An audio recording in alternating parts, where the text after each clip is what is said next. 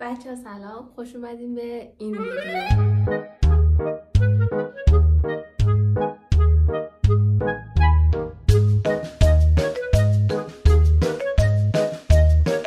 توی این ویدیو قراره من چمدون ببندم، یعنی با هم چمدون ببندیم و بریم. ولی کجا؟ متوجه میشین دیگه. من چمدونمو نیاوردم. اول اومدم ویدیو رو دوربین درست کردم. این اولین چیزیه که لازم داریم برای سفر و اونم اینه که بنویسیم که چه چیزایی میخوایم. ولی من نمیدونم چرا ایستادم و دارم همه کارا رو میکنم. اوکی، یه صفحه خالی پیدا کردم و توی همین مینویسیم. بذارین گل زیبا رو نشونتون بدم. این گل به مناسبت روز مادره و به نظر خیلی خوشگله. ببین من نازه خودم نباشم که گل قشنگ میفته. توی این ویدیو قراره یه سری تجربه جدید داشته باشم که تا الان نداشتم با 2 تا از دوستام که یکیشونو اصلا تا الان ندیدم، یکیشونو فقط یه بار دیدم. توی چند تا ولاگ قبلی گفتم که معاشرت با دوست جدید و اینا یادتونه، نیکتا. با نیکتا قراره برم تهران و اولین تجربه یه سری چیزاست. حالا بهتون میگم چی.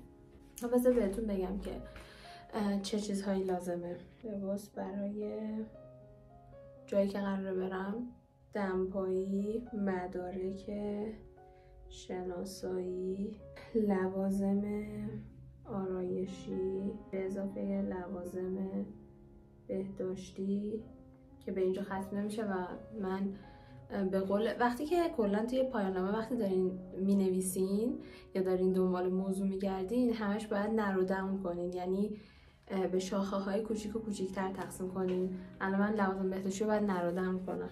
من ریز به ریزش رو مینویسم، یعنی شوینده، مسواک، جوراب، نمیدونم همه لباسایی که لازم میشه. باورتون شاید نشه، من الان فکر کنم 4 ماهی هست که شارژرمو خونه نیاوردم. شارژرم آموزشگاهه، پس باید برم آموزشگاه و شارژرمو بیارم. شونم هم آموزشگاهه، این دوتا رو دورشون دایره میکشم. خب من نباید به شما نشون بدم، چون داشتم سانسور میکردم و یه سری چیزا رو مینوشتم. شدم شبیه اینایی که سم درست میکنن، بعد همش میزنن، بعد یه قاشق میچشن، بعد میدن به اونی که میخوان بمیره. چاییتون رو بیارین با ویدیوی من، بشینین چایی یا قهوه یا دمنوشتون رو بخورین. هودی، پاییزه که البته الان فکر کنم هوای تهران سرده، پالتو، شلوار، حوله دیگه. فکر نمی‌کنم قرص و اینا لازم بشه، ولی حالا من می‌نویسم قرص مسکن، گره بازکن مو. لپتاپمو نمیخوام ببرم و فکر میکنم که بردنش فقط تو دست و پامه. بعد هی نگران باشم که کجا دارم میذارمش و لپتاپ باشه بهم خوش نمیذاره. بچه‌ها دیدین که من خط چشم رنگی براتون کشیدم؟ یه ندیده باشین واقعا ناراحت میشم. شال، فعلا همین چیزا به ذهنم میرسه. من برم چمدون رو بیارم بذارم اینجا و یه سری وسیله بذاریم داخلش. آها، چمدونی که میخوام ببرم اینه و خیلی هم جا داره، خیلی جا داره. و دفعه پیش که رفتم تهران اینو بردم پرش کردم، یعنی به معنای واقعی پرش کردم و فکر کنم بهتره که این دفعه کمتر لباس ببرم. شلوارام توی کشوی پایینی تخته. این 2 تا شلوار کافیه واسه اونجا.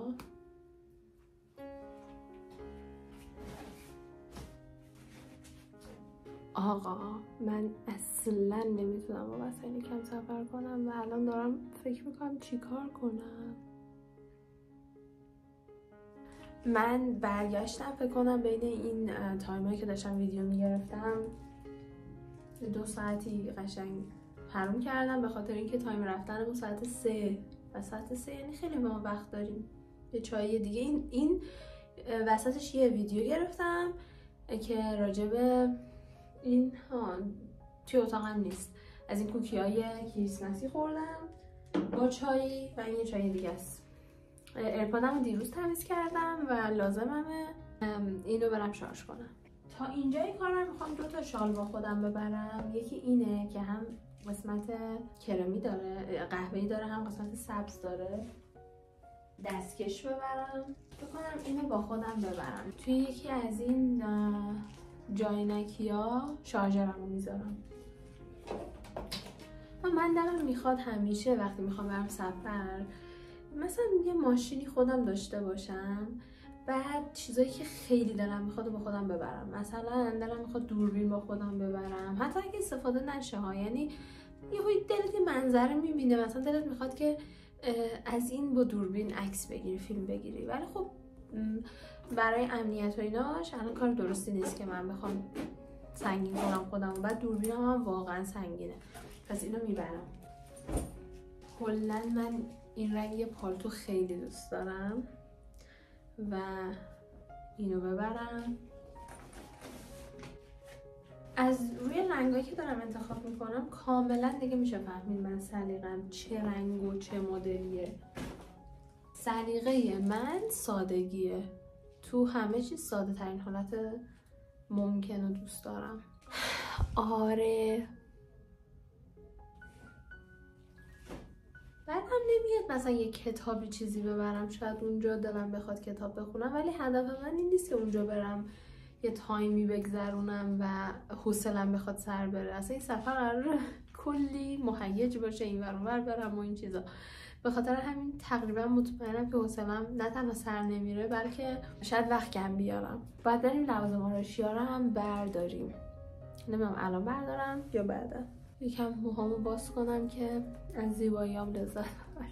الان فکر نکنید من واقعا خودشیفتم و من اعتماد به نفسم بالا هست خب، ولی خودشیفته اصلا نیستم.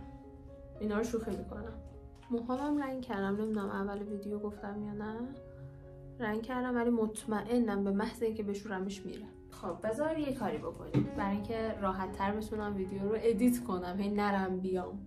خب ما یه آنتراک داشتیم به خاطر اینکه پدرم کار داشت و من زاویه‌ام عوض کرد، قربونش برم.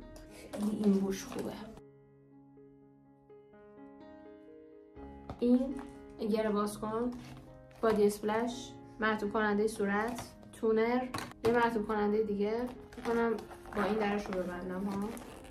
نظر مثبتتون چیه؟ این شد یه دونه پک.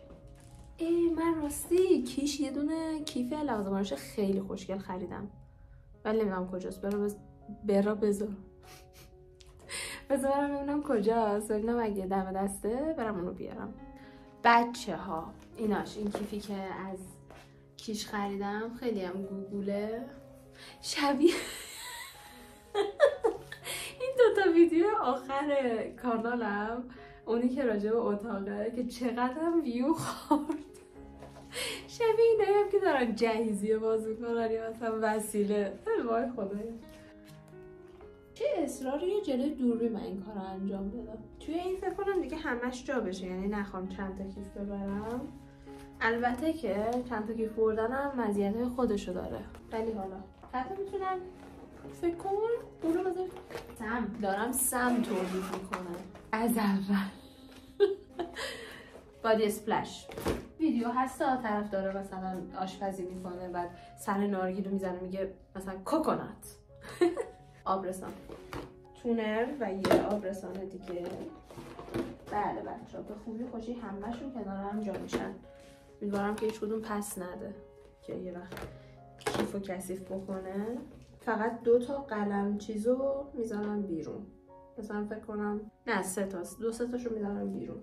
یعنی منظورم از بیرون گذاشتن اینه که بچه‌ها این 2 تا عصای دست من انقدر دوستشون دارم حتی بهتون میگم چیار گذاشتم بیرون. خب بادی اسپرش که بردم، عطرم میبرم درش هم انشالله که سفت باشه یه وقت نریزه. داره واقعا زیبا میشه. کشم که به مقدار لازم، یعنی وقتی دختری تو بعد اینجوری کش به خودت ببری. بچه ها چند تا چیز یادم رفته بود. یکیش اینه که میذارم تو همون کیفه. تینت هم همینطور، تینت هم میذارم تو همون کیفه. میدونی چرا اینا رو میخوام بذارم تو همون کیفه؟ حالا یه کاری پس میکنم. هر کس باید ببینه چی براش خیلی واجبه. خب مثلا برای من نخلنون خیلی واجبه. اینا رو گفتم اینم چیزه، حالا بعضی میگن بالم لب، بعضی میگن بام لب. از ایناست که خیلی خوشبو و انگار بو نداره.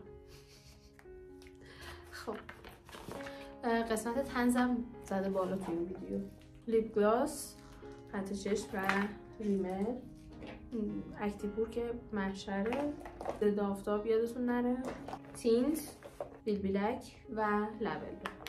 اینا رو چون که از همش واجب تره چی کار میکنیم؟ میذاریم تو کیف کوله پشتیه. حالا چک میزنیم، چک لیست رو نگاه میکنیم. پول اومد، دستشون درد نکنه از طرف پدر مهسا و جنت. واقعا نمیدونم موقع ادیت این ویدیو چی کار کنم از دست خودم.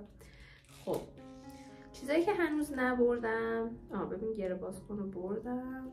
چون که نگاه کنم چیز خاصی هنوز نداشتم توی این چمدون، یعنی همه چیز میفته لحظه آخر. حالا ببین، از اونایی که دارم با گوشی مادرم فیلم میگیرم، حدس میزنم شاید بخواد بره پیش دوستش و گوشیشو بخواد ببره.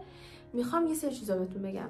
کاری که مونده اینه که برم محافظ لنز گوشیمو عوض کنم و همین دیگه. امشب ساعت 3 حرکت میکنم به سمت تهران و این اولین تجربه من از سفر با 2 دوستیه که خیلی خیلی جدیدن. یکیشون اصلا تا حالا از نزدیک باهاش هیچ صحبتی حتی نداشتم و اولین تجربه از رفتن به هاستله و حتما بقیه تجربه ها رو با شما شیر میکنم. مرسی که توی این ویدیو همراه من بودین. برای حمایت از من لایک و کامنت و سابسکرایب یادتون نره. خداحافظ.